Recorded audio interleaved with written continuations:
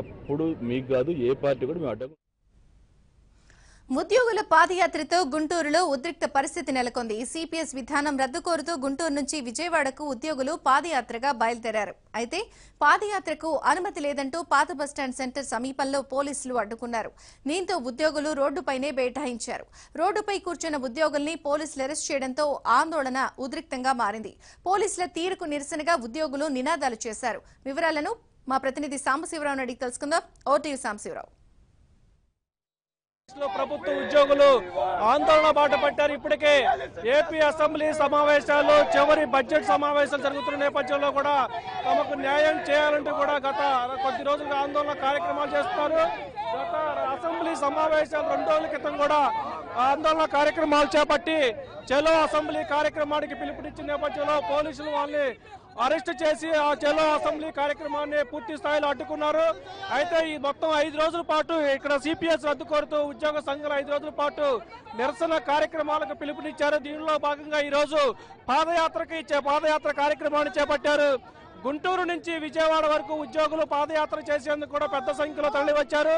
అయితే పోలీసులు పాదయాత్రకు అనుమతి లేదంటూ కూడా నిన్ననే అర్బన్ పోలీసులు అక్కడ 30 యాక్ట్ అమల్లో ఉందని కూడా ఆదేశాలు జారీ చేయడం జరిగింది. 30 యాక్ట్ అమల్లో ఉన్న నేపథ్యంలో కూడా ఎవరు ఆందోళన కార్యక్రమాలు కానీ నిరసన కార్యక్రమాలు కానీ వ్యక్తం చేయొద్దంటూ కూడా నిన్ననే చెప్పడం జరిగింది. అయితే దీనికి సంబంధించి ఇప్పుడు ఈరోజు గుంటూరులో పాదయాత్ర చేసేందుకు వచ్చిన వారిని పోలీసులు అరెస్ట్ చేసి అడ్డుకోవడం జరిగింది. అయితే పోలీసుల తీరును కూడా ఇక్కడ ఉద్యోగ సంఘాలు తీవ్ర స్థాయిలో ఆగ్రహవేశాలు వ్యక్తం చేస్తున్నారు.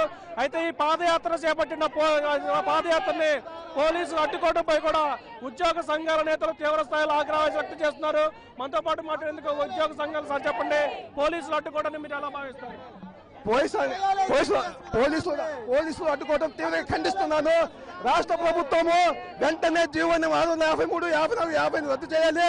పిఎఫ్ అకౌంట్ ఓపెన్ చేయాలి. అసెంబ్లీ తీర్మానం చేయాలి. పిఎఫ్ చట్టం నుంచి బయటకు వస్తున్నట్టు ప్రకటించాలి.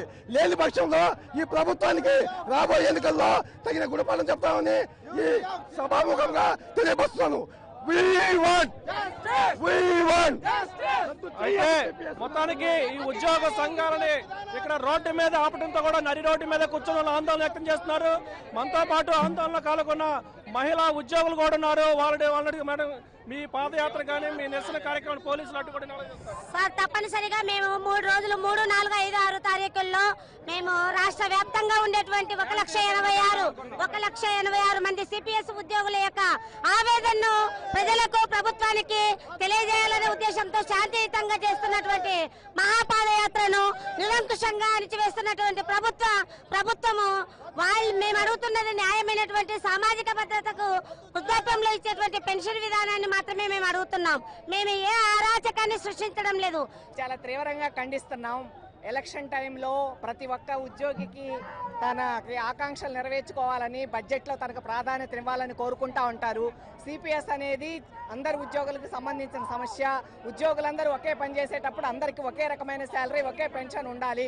కాబట్టి ఖచ్చితంగా మేము చేసే పోరాటంలో న్యాయం ఉందని మేము అనుకుంటున్నాం. ప్రభుత్వం సహకరించాలి, సిపిఎస్ని రద్దు చేయాలి. ఇది రద్దు అయ్యేదాకా మేము ఫైట్ చేస్తూనే ఉంటాం.